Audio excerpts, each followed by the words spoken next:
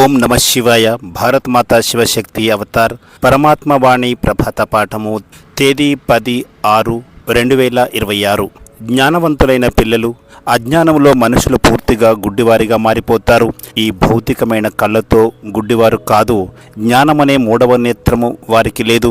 మీకు ఇప్పుడు జ్ఞానమన నేత్రం లభించింది. మీరు సృష్టి యొక్క ఆది మధ్య అంతిమాలను తెలుసుకున్నారు. ఒకవేళ ఇది లక్షల సంవత్సరాల విషయమే అయితే మీరు దానిని ఎలా తెలుసుకోగలుగుతారు?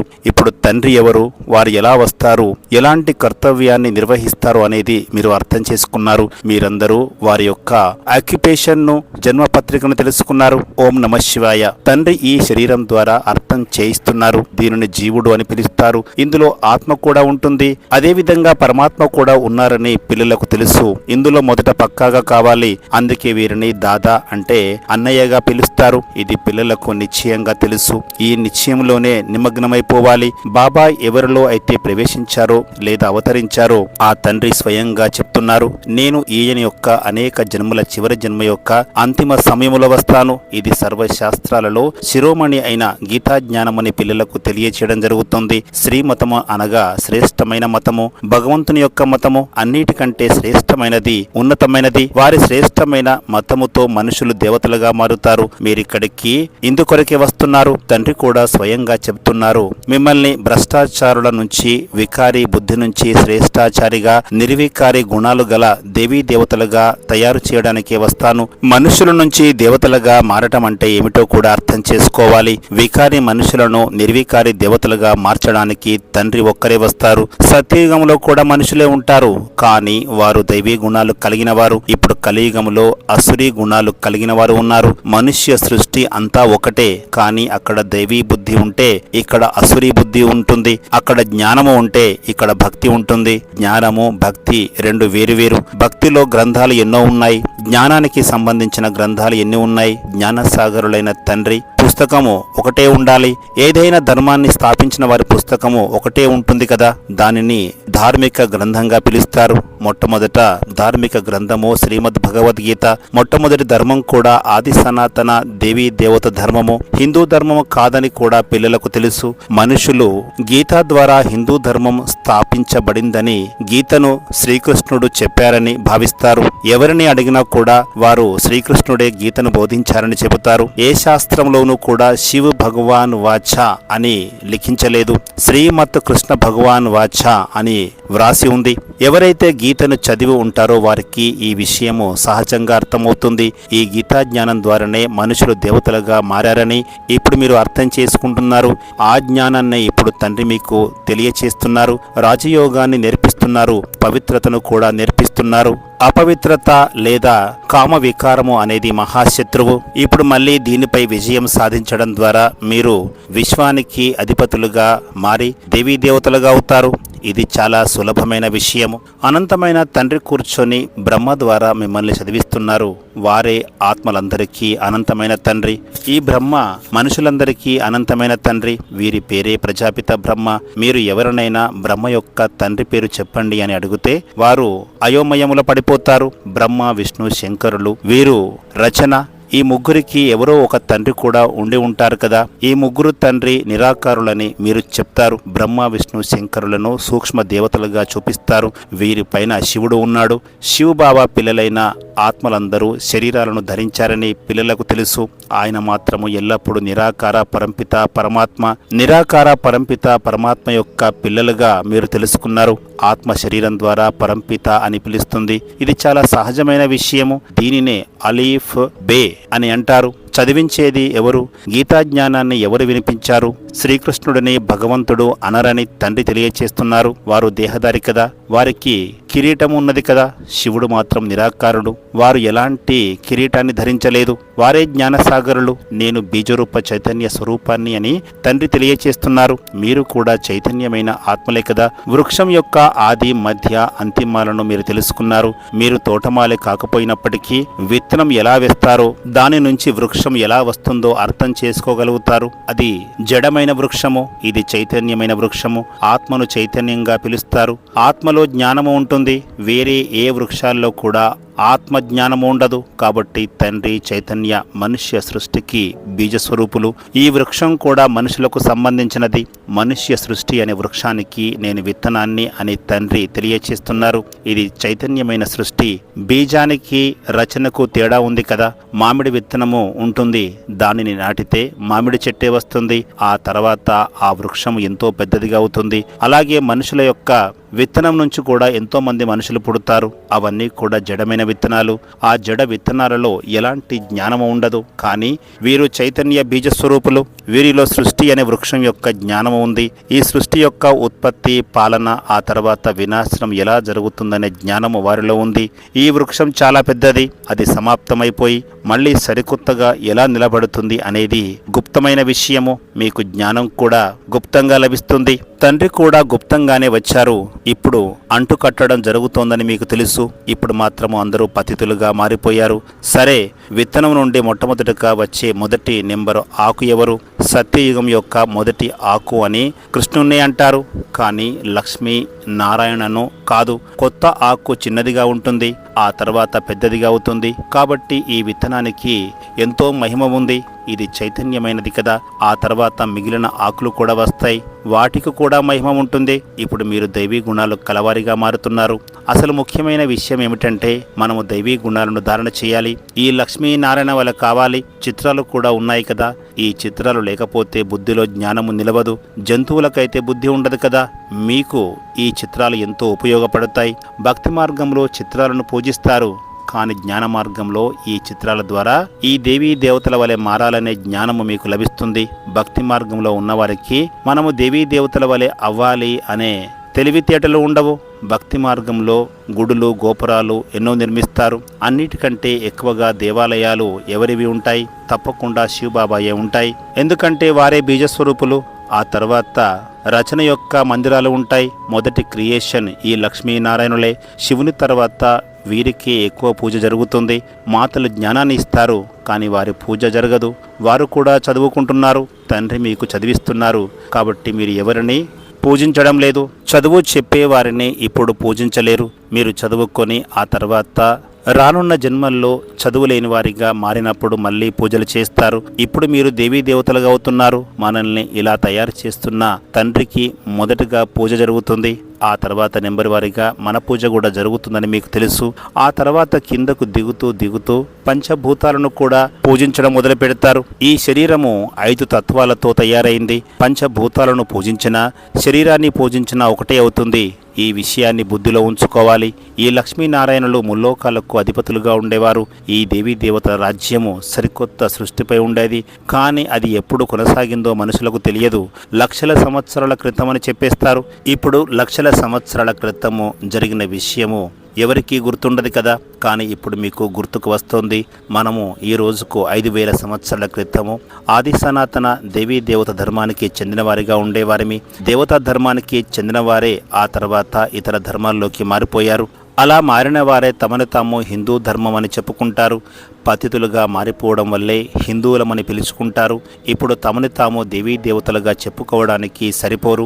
ఎందుకంటే వారు పవిత్రంగా లేరు. అపవిత్రులైన వారిని దేవీ దేవతలుగా పిలవలేరు. కానీ మనుషుల్లో జ్ఞానము లేకపోవడం వల్ల వారు మనుషులకే దేవీ దేవతల యొక్క బిరుదులను ఇస్తూ ఉంటారు. పావన పూజ్య దేవతలు ఎక్కడ? ఈ పతితమైన మనుషులు ఎక్కడ? ఒకవేళ పావన దేవతలను పూజిస్తున్నారంటే పూజించేవారు తప్పకుండా అపవిత్రమైన వారే కదా. అందుకే పవిత్రమైన వారి ముందు తల వంచాల్సి వస్తుంది.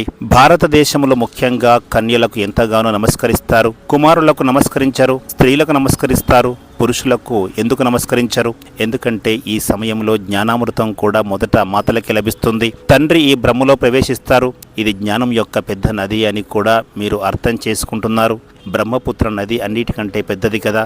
ఇది కలకత్తా వైపు సాగరంలో వెళ్ళి కలుస్తుంది. అక్కడ మేళా కూడా జరుగుతుంది. కానీ ఆది ఆత్మలు పరమాత్మ యొక్క మేళా అనే విషయం వారికి తెలియదు. కేవలము అది నీటి యొక్క నది. దానికి బ్రహ్మపుత్ర అని పేరు పెట్టారు. వారు బ్రహ్మ అంటే ఈశ్వరుడుగా భావిస్తారు.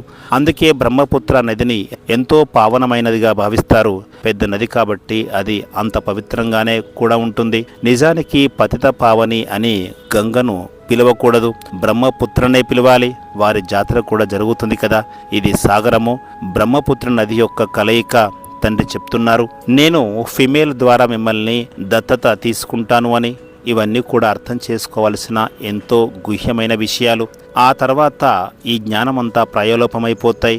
ఆ తర్వాత కాలంలో మనుషులు కూర్చొని శాస్త్రాలు రచిస్తారు. సత్యయుగంలో శాస్త్రాలు ఉండవు. ధర్మాన్ని స్థాపించే వారి నెంబర్ల వారిగా శాస్త్రాలు కూడా వస్తాయి. మొదట చేతితో వ్రాసిన శాస్త్రాలను ఆ తర్వాత మనుషులు కూర్చొని పుస్తకాలుగా మారుస్తారు, ముద్రణ చేస్తారు. అక్కడ సంస్కృతము శ్లోకాలు ఏమీ ఉండవు. ఇది చాలా సహజమైన జ్ఞానము. నేను మీకు రాజయోగాన్ని నేర్పిస్తాను అని తండ్రి చెప్తున్నారు. భగవాన్ వాచ శాస్త్రాలు మొదలైనవి ఏమీ మిగలవు. ఆ తర్వాత ఈ ప్రపంచము సమాప్తమైపోతుంది. మళ్ళీ భక్తి మార్గంలో ఈ శాస్త్రాలు రచిస్తారు. జ్ఞాన మార్గంలో శాస్త్రాలు అసలు ఉండవు. ఈ శాస్త్రాలు సంప్రదాయంగా వస్తున్నాయని మనుషులు భావిస్తారు. వారికి జ్ఞానం అనేదే లేదు. కల్పం యొక్క ఆయుష్ను లక్షల సంవత్సరాలుగా చెప్తారు. అందుకే దానిని పరంపర అని పిలుస్తారు. దీనిని అజ్ఞానం లేదా అంధకారంగా చెప్పాల్సి ఉంటుంది. ఇప్పుడు పిల్లలైన మీకు ఈ అనంతమైన చదువు లభిస్తుంది. దీని ద్వారా మీరు ఆది మధ్య అంత్యాల యొక్క రహస్యాన్ని సులభంగా అర్థం చేసుకుంటారు. మీకు దేవతల యొక్క హిస్టరీ, జాగ్రఫీ పూర్తిగా తెలుసు. వారు పవిత్ర ప్రవృత్తి మార్గానికి చెందినవారు, పూజ్యులుగా ఉండేవారు. ఇప్పుడు పూజించేవారు పతితులుగా ఉన్నారు. సత్యయుగంలో పవిత్ర ప్రవృత్తి మార్గం ఉంటుంది. ఇక్కడ కలియుగంలో అపవిత్ర ప్రవృత్తి మార్గం ఉంటుంది. ఆ తర్వాత కాలంలో నివృత్తి మార్గము అంటే సన్యాస మార్గము వస్తుంది. అది కూడా డ్రామాలో ఉంది. దానినే సన్యాస ధర్మంగా పిలుస్తారు. వారు అడవుల్లోకి వెళ్ళిపోతారు. అది హద్దుతో కూడిన సన్యాసము. మనము ఈ పాత ప్రపంచంలోనే ఉంటాము. ఇప్పుడు మనము సంగమ యుగంలో ఉన్నామని మీకు తెలుసు. ఆ తర్వాత మనము కొత్త ప్రపంచంలోకి వెళ్తాము. మనుషులకు కొత్త ప్రపంచం గురించి, పాత ప్రపంచం గురించి ఏమీ తెలియదు. మీకు ఈ సృష్టి కాలచక్రం గురించి తిథి, తేదీ, సెకండ్లతో సహా పూర్తిగా తెలుసు. ఒక పిల్లవాడు 7 ఏళ్లలో ఎన్ని సెకండ్లు ఉంటాయని లెక్క కట్టి కూడా తెలియచేశారు. లౌకిక మనుషులు మాత్రము కల్పం యొక్క ఆయుష్ను లక్షల సంవత్సరాలుగా చెప్తున్నారు. మనమైతే 5000 సంవత్సరాలుగా చెప్తాము. దాని పూర్తి లెక్కను మనము తీయగలము. లక్షల సంవత్సరాల క్రిందట మాట అయితే ఎవరికీ గుర్తుండదు కదా. కాబట్టి అవన్నీ కూడా భక్తి మార్గానికి చెందిన కట్టుకథలు. వాటిలో కూడా అన్నిటికంటే పెద్ద కట్టుకథ ఈశ్వరుడు సర్వవ్యాపి అని చెప్పడము. అజ్ఞానములో మనుషులు పూర్తిగా గుడ్డివారిగా అయిపోతారు. ఈ భౌతికమైన కళ్ళతో గుడ్డివారు కాదు. వారికి జ్ఞానం అనే 3వ నేత్రం లేదు. అందుకే గుడ్డివారి సంతానము గుడ్డివారే అవుతారు. మీకు ఇప్పుడు జ్ఞాననేత్రం లభించింది. మీరు సృష్టి యొక్క ఆది, మధ్య, అంతిమాలను తెలుసుకున్నారు. లక్షల సంవత్సరాల విషయమైతే మీరు దానిని ఎలా తెలుసుకోగలుగుతారు? ఇప్పుడు తండ్రి ఎవరు, వారు ఎలా వస్తారు, వారు ఎలాంటి కర్తవ్యాన్ని నిర్వహిస్తారు అనేది మీరు అర్థం చేసుకుంటున్నారు. మీరందరూ వారి యొక్క ఆక్యుపేషన్ను, జన్మపత్రికను తెలుసుకున్నారు. మిగిలిన సృష్టి వృక్షం యొక్క ఆకులు లెక్కలేనన్నీ ఉంటాయి. వాటిని ఎవరు లెక్కించరు. ఈ అనంతమైన సృష్టి రూపీ వృక్షానికి ఎన్నో ఆకులు ఉన్నాయి. 5000 సంవత్సరాలలో జనాభా కోట్లలో ఉంటుందని మీరు చెప్తారు. కోట్ల మందిలో ఎవరో ఒకరు మాత్రమే ఈ విషయాన్ని అర్థం చేసుకుంటారు. 5000 సంవత్సరాల్లోనే కోట్ల మంది మనుషులు తయారైతే ఇక లక్షల సంవత్సరాల కాలమైతే ఎంతమంది అవుతారు? లెక్కలేనంతగా మంది మనుషులు అయిపోతారు. చాలా ఎక్కువ మంది అయిపోతారు. భక్తి మార్గంలో చూపిస్తారు సత్యయుగము ఎన్ని సంవత్సరాలు, త్రేతాయుగము ఎన్ని సంవత్సరాలు అని, ద్వాపరయుగము ఎన్ని సంవత్సరాలు అని ఎక్కడైనా వ్రాసి ఉందా? కాబట్టి తండ్రి కూర్చొని ఈ రహస్యాలను పిల్లలకు తెలియచేస్తున్నారు. మామిడి విత్తనాన్ని చూడగానే మీకు మామిడి చెట్టు కళ్ళ ముందుకు వచ్చేస్తుంది. ఇప్పుడు మనుష్య సృష్టి యొక్క బీజస్వరూపులు మీ కళ్ళ ముందే ఉన్నారు. వారు కూర్చొని మీకు ఈ సృష్టి వృక్షం యొక్క రహస్యాన్ని తెలియచేస్తున్నారు. ఎందుకంటే వారు చైతన్య స్వరూపులు. మనది తలక్రిందులుగా ఉన్న వృక్షం అని వారు చెప్తున్నారు. ఇందులో కోట్ల మంది మనుషులు తమ పాత్రలను పోషిస్తారు. ఈ ప్రపంచంలో ఉన్న జడమైన చిత్రాలు కానీ, చైతన్యమైనవి అయినా కానీ సరే, అవన్నీ మళ్ళీ ఉన్నది ఉన్నట్లుగా పునరావృతం జరుగుతుందని మీరు అర్థం చేసుకుంటారు. కలియుగంలో జనాభా ఎంతగా వృద్ధి చెందుతూ ఉంటుందో సత్యయుగంలో అంతగా వృద్ధి చెందదు. పలానా వస్తువు ఆస్ట్రేలియా నుంచి వచ్చింది, జపాన్ నుంచి వచ్చింది అని ఇప్పుడు అంటారు. సత్యయుగంలో ఆస్ట్రేలియా, జపాన్ ఎక్కడ ఉంటాయి? డ్రామానుసారంగా అక్కడ తయారైన వస్తువులు ఇక్కడికి వస్తాయి. అమెరికా నుంచి గోధుమలు వస్తాయి. సత్యయుగంలో అవి ఎక్కడి నుంచి వస్తాయి? అక్కడ ఉండేది ఒకే ధర్మము. ఇక్కడ అనేక ధర్మాలు వృద్ధి చెందుతూ ఉన్నాయి. వాటితో పాటే వస్తువులు కూడా పుట్టుకొస్తూ ఉంటాయి. సత్యయుగంలో ఎక్కడి నుంచి వస్తువులను తెప్పించుకోవాల్సిన అవసరం ఉండదు. ఇప్పుడు చూడండి, ఎక్కడెక్కడి నుంచో వస్తువులను తెప్పిస్తున్నారు. మనుషుల సంఖ్య వృద్ధి చెందుతూ ఉంటోంది. దీంతో పాటు సరికొత్త వస్తువులు కూడా పెరుగుతూ వచ్చాయి. గన్ పౌడర్ మొదలైనవి పూర్వము ఉండేవా? ఈ వస్తువులన్నీ ఆ తర్వాతే తయారు చేశారు. సత్యయుగంలో లభించని వస్తువు అంటూ ఏది ఉండదు. అక్కడ ప్రతి వస్తువు సతోప్రధానంగా ఎంతో బాగుంటుంది. మనుషులే సతోప్రధానంగా ఉంటారు. మనుషులే మంచిగా ఉన్నప్పుడు అక్కడ లభించే సామాగ్రి కూడా బాగుంటుంది. మనుషులు చెడ్డవారిగా ఉన్నప్పుడు అక్కడ లభించే సామాగ్రి కూడా నష్టాన్ని కలుగజేస్తుంది. సైన్స్ యొక్క ముఖ్యమైన ఆవిష్కరణలు ఆటమిక్ బాంబులు, వీటి వల్లే ఇంతటి మహావినాశనం జరుగుతుంది. అలా తయారు చేసే ఆత్మలో డ్రామానుసారంగా దానికి సంబంధించిన జ్ఞానము నిక్షిప్తమై ఉంటుంది. సమయం వచ్చినప్పుడు వారిలో ఆ జ్ఞానము జాగృతమవుతుంది. ఎవరిలో అయితే సైన్స్ బుద్ధి ఉంటుందో వారు ఆ పనిని చేస్తారు. అదేవిధంగా ఇతరులకు కూడా నేర్పిస్తారు. కల్పము ఏ పాత్రనైతే పోషించారో మళ్ళీ అదే పాత్రను పునరావృతం చేస్తారు. ఇప్పుడు మీరు జ్ఞాన సంపన్నంగా మారుతున్నారు. ఇంతకంటే మించిన అత్యున్నతమైన జ్ఞానము మరొకటి లేదు. ఈ జ్ఞానం ద్వారానే మీరు దేవతలుగా మారుతున్నారు. దీనికంటే ఉన్నతమైన జ్ఞానం ఏదీ లేదు. అది మాయ యొక్క జ్ఞానము. దాని ద్వారా వినాశనం జరుగుతుంది.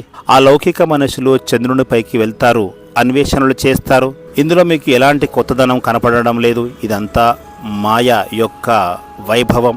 ఎంతో హంగు ఆర్భాటాలు ప్రదర్శిస్తారు, ఎంతో లోతుల్లోకి వెళ్తారు, ఎంతో బుద్ధిని ఉపయోగిస్తారు. మేము ఏదైనా అద్భుతము చేసి చూపిస్తాము అని భావిస్తారు. కానీ అంతటి అద్భుతాలు చేయడం వల్ల నష్టమే జరుగుతుంది. ఇది కూడా ముందే నిర్మించబడిన డ్రామా. బయట ప్రపంచంలోని వారి బ్రెయిన్లో వినాశనానికి సంబంధించిన ఆలోచనలే వస్తాయి. వారు వినాశకర వస్తువులను తయారు చేస్తూనే ఉంటారు. ఇలా చేయడం ద్వారానే వినాశనం జరుగుతుందని తయారు చేసేవారికి కూడా తెలుసు. అయినా వారు ప్రయత్నిస్తూనే ఉంటారు. ఈ సమయంలో అన్నిటికంటే ఎక్కువ బలము ఈ రెండు శక్తుల వద్దే ఉంది.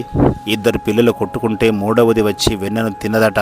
ఈ కథ కేవలము పైసలకు సంబంధించినదే కావచ్చు, కానీ ఆట మాత్రము ఎంతో పెద్దది. పేరు మాత్రము వీరిదే మారుమోగుతుంది. వీరి ద్వారానే వినాశనం జరుగుతుంది. క్రైస్తవులు ఏమనుకుంటారంటే, ఒకవేళ స్వర్గము ఉండి ఉంటే మేము అక్కడ ఉండేవారిమి కదా అని భావిస్తారు. అలాంటప్పుడు ఇస్లాములు, బౌద్ధులు కూడా ఉండరు. మొదట దేవీ దేవత ధర్మం కొనసాగేది. క్రిస్టియన్లకు జ్ఞానము బాగా ఉంటుంది. భారతీయులు మాత్రము దేవీ దేవత ధర్మం లక్షల సంవత్సరాలు కొనసాగిందని అంటారు. కాబట్టి వారి బుద్ధి బలహీనంగా ఉంటుంది. ఇప్పుడు మీకు తెలుసు, మనం అందరము నెంబర్ వారిగా ఉన్నాము. ఇదంతా చదివే కదా. ఎవరైతే ఎక్కువగా అర్థం చేసుకుంటారో వారికి మంచి జ్ఞానం లభిస్తుంది. తక్కువగా అర్థం చేసుకునేవారు తక్కువ స్థాయిలో ఉంటారు. జ్ఞానాన్ని అర్థం చేసుకునే వారిలో కూడా మాయ ప్రవేశిస్తుంది. ఈ రోజు జ్ఞానాన్ని అర్థం చేసుకుంటూ చెప్తూ ఉంటారు, కానీ రేపటికల్లా మారిపోతారు. పెళ్ళిళ్ళు చేసుకొని సర్వనాశనాన్ని చేసుకుంటారు. ఆ తర్వాత మెల్లమెల్లగా జ్ఞానం కూడా వెళ్ళిపోతుంది. అందుకే తండ్రి అన్ని విషయాలను అర్థం చేయిస్తారు. తండ్రి ఎంతో సులభమైన మార్గాన్ని చెప్తున్నారు. నన్ను స్మృతి చేయండి, అప్పుడు మీరు బంగారు పాత్రలుగా మారిపోతారు. ఎవరైతే ఈ ధారణ చేస్తారో వారు తప్పకుండా బంగారు పాత్ర లాంటి వారిగా అవుతారు. ఈ స్మృతి యాత్ర ద్వారానే పాపాలు తొలగిపోతాయి. మంచిది. ఆత్మీయ పిల్లలకు ప్రియ స్మృతులు. నమస్తే. వరదానము: రూహే గులాబ్ భవ.